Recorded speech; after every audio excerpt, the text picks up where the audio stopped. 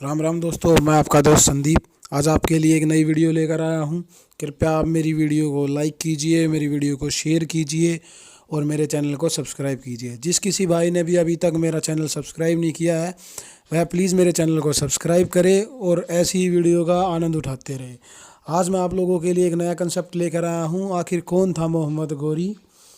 मोहम्मद गौरी के भारत से क्या कनेक्शन थे? मोहम्मद गौरी ने भारत में क्या लड़ाई की, क्या कुछ किया? आइए देखते हैं इस वीडियो में।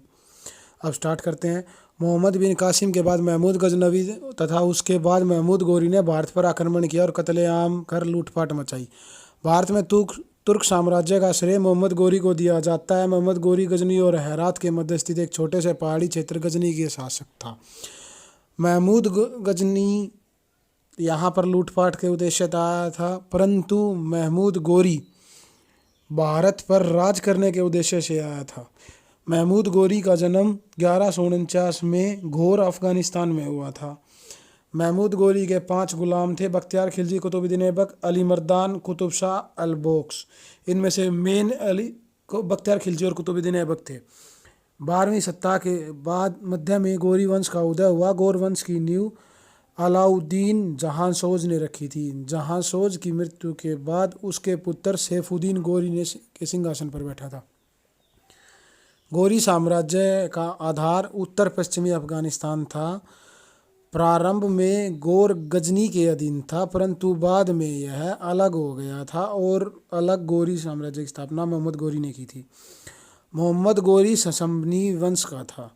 मोहम्मद गौरी का पूरा नाम शिहाबुद्दीन मोहम्मद गौरी था।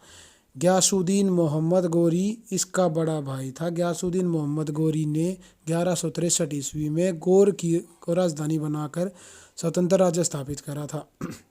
1173 ईस्वी में गयासुद्दीन ने अपने छोटे भाई मोहम्मद गौरी को गौर का क्षेत्र सौंप दिया तथा स्वयं गजनी पर अधिकार कर ख्वारिज्म के विरुद्ध संघर्ष कर दिया।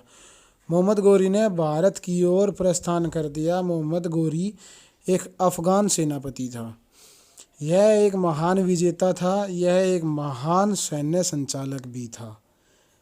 ऐसे सैन्य शक्ति का कुशल ज्ञान था जिससे यह सैन्य संचालक कहा जाता है। मोहम्मद गौरी के आक्रमण। मोहम्मद गौरी के आक्रमण का उद्देश्य महमूद गजनवी के आक्रमणों से अलग था। महमूद गजनवी भारत में लूटपाट के उद्देश्य से आया था, परंतु मोहम्मद गौरी भारत में राज्य और मुस्लिम साम्राज्य की स्थापना के लिए आया था।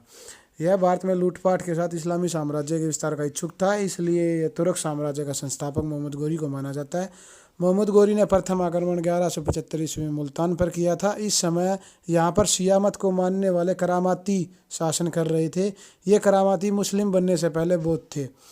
गौरी ने मुल्तान को जीत लिया था। गौरी ने 1178 ईस्वी में द्वितीय आक्रमण कर गुजरात पर किया था, लेकिन मूलराज द्वितीय ने उसे आबू पर्वत की तलहटी से पराजित किया। भारत में महमूद गौरी की यह पहली पराजय थी। इस युद्ध का संचालन नायिका देवी ने किया था, जो मूलराज की पत्नी थी।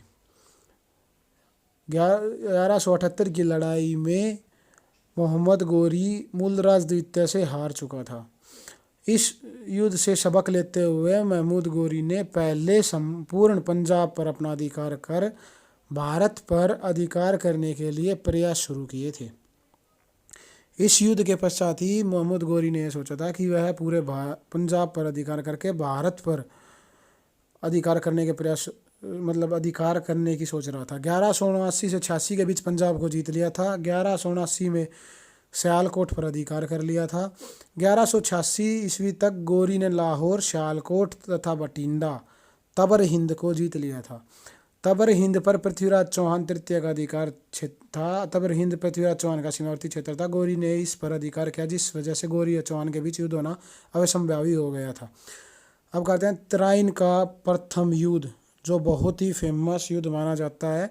1191 ईस्वी में तराइन के प्रथम युद्ध में पृथ्वीराज तृतीय ने गौरी को पराजित किया था, लेकिन मोहम्मद गौरी की शक्ति को समाप्त नहीं कर पाया था, क्योंकि इस युद्ध में पृथ्वीराज चौहान का साथ जयचंद ने दिया था। बाद में जयचंद ने तराइन के युद्ध में इसका साथ नहीं दिया था। तराइन के द्वितीय युद्ध में 1191 ईस्वी में मोहम्मद गोरी ने पृथ्वीराज तृतीय को हराकर अजमेर दिल्ली तक के क्षेत्र को जीत लिया था। इसी के साथ चौहान साम्राज्य का नाश हो गया था, मतलब चौहान साम्राज्य को खत्म कर दिया था पृथ्वीराज चौहान तृतीय के साथ ही। तराइन के द्वितीय युद्ध में पृथ्वीराज चौहान के सीमांत तथा दिल्ली में तोमर शासक गोविंदराज की मृत्यु हो गई थी। चंद्रबरदाई के अनुसार युद्ध में पराजय के बाद पृथ्वीराज तृतीय को बंदी बनाकर गजनी ले जाया गया था। शब्द वेदी बाण छोड़कर मोहम्मद गोरी को मार दिया गया था। चंद्रबरदाई ने पृथ्वीराज रासो लिखी थी, यह हिंदी का प्रथम काव्य है। दिल्ली पे गोरी था और टारगेट इसने जयचंद को बनाया था। 1192 में ईस्वी में ही बाद में गोरी ने अपने दास ऐबक को भारतीय क्षेत्रों का प्रशासक घोषित किया था। 1194 ईस्वी में गोरी ने ऐबक की सहायता से चंदावर यूपी ईटानगर के युद्ध में कन्नौज के शासक जयचंद को पराजित कर कन्नौज पर अधिकार कर लिया था।